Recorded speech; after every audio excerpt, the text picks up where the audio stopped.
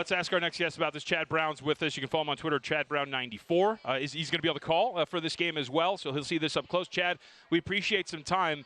Let's just start with an overview of this out in Denver, like in Colorado in general. What is the excitement level for Deion, the Buffs, and especially after pulling off an upset after being a 20.5-point underdog?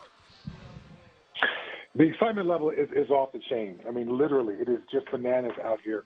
The doubt, maybe not doubt's not the right word, but the needing to see what was going to happen, I think was strong amongst, folks who were majorly involved in football. The public was obviously very into what Coach Prime brought to CU, so much passion, so much attention, so much possibility. But me as a, longtime football guy, I've never heard of a roster turnover like that.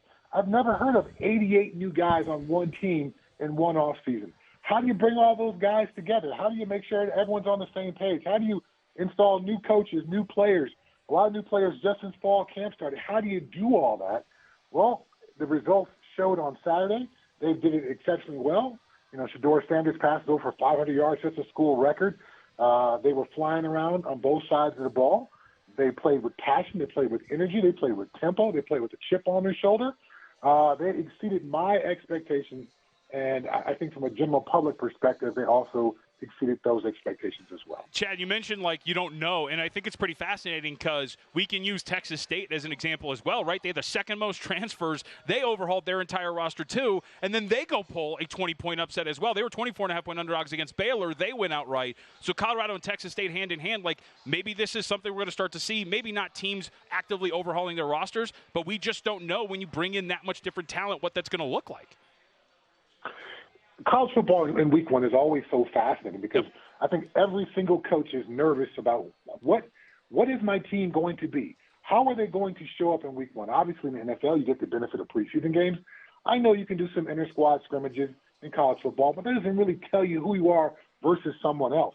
So for the Buffs to show up as they did versus, say, Ohio State, who's predicted to be in the playoff, they only put up 21 points. And their offense struggled with not new coaches, with not a whole ton of new players, versus CU, who exploded with new coaches and new players. I think we are entering a new age in football where some of the previous installed limitations on the field work and all those things are creating a more of a level playing field. And it's about the coaches who can best take advantage of the limited amount of work you get with these kids versus what used to exist 10 or 15 years ago. Chad, I want to ask you about a game you covered last week because we'll be talking about these two teams throughout the course of the season. What did you look at and think of with Florida? Is this a 500 team, maybe barely bowl eligible? They can get better. And then Utah, without Cam Rising, how far can they go in Pac-12 play? And with Rising in the lineup, are they a threat to three-peat in the league? I think, to go to Utah first, I think they still are a threat to repeat as the Pac-12 champions. Without Cam Rising, they still played great defense. They still ran the ball. They still were the cleaner playing football team by far over what Florida brought. In Florida, last year they were ranked 99th against the run defensively. They played the run much better against a Utah team that runs the ball really well typically. But offensively, they couldn't get any rhythm going until probably halfway through the third quarter. So is that a week one thing? Or is that what they're going to be like all season long? It's impossible to know what a team is before week one. And then I think for your ability to diagnose who a team actually is after week one is also pretty difficult. All right, so let's build on that then. Is it then safe to assume that even despite Nebraska looking awful, that they could be better against Colorado this weekend?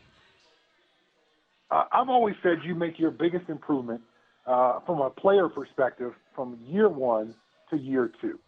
And I think there are going to be a significant percentage of teams coming up into week two of the college football season. They're going to make a massive leap. Coaches got a chance to see who they are on the field. Coaches have a chance to make some adjustments. I think every coach comes in to week one, either offensively or defensively as a play caller, and thinks they know what they want to do. But what you want to do and what your team can do are so often very different things.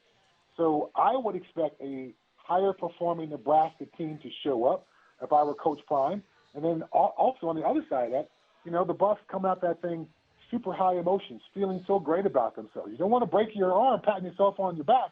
It is only week one. And so for those players who have, played the doubt card for so long, how long can they keep that chip on their shoulder? That's probably not actually even a chip there, because everyone knows they're talented. We just were uncertain as to how quickly they would be, as they showed last week against TCU. Chad, we have about 30 seconds. Are there things from the Colorado defense you saw on Saturday that can slowly improve, that gives them hope coming up as they move forward? There were some tackling issues.